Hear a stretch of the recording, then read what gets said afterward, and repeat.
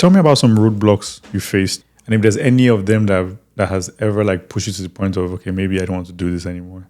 Right. Yeah. I mean, every artist probably has experience with this, but vulnerability is a big thing, right? Because most artists are talking about themselves to some point, to some level in the work, especially when they start off, because that's who you know best. At least that's the case for me. So I think at some point I was stuck on vulnerability, like how much do I share? But like the only work I was making was about like me and whatever was going on in my life. So I think vulnerability held me back a bit. Like I said, like, dealing with sexuality coming out of uni, all of that went into the work in some way or form. So, deciding what to post, deciding what to share, deciding if to even make it, like nobody else has seen it, just me. So I think that has held me back.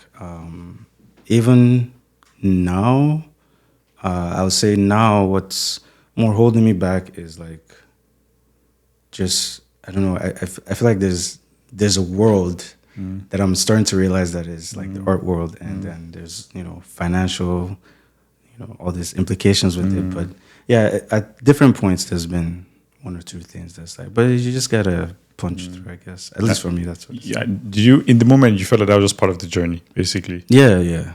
It's inevitable, right? Like especially again, the work I do is sort of like based on my experiences. So it's inevitable that you're gonna talk about some things. It's inevitable that you're gonna have to explain something. So it just felt like, okay, you either stop now or you don't stop and you just keep doing it. So yeah, I think you mentioned earlier that you grew up with also a mentality of you just have to find a way to solve the problem, right?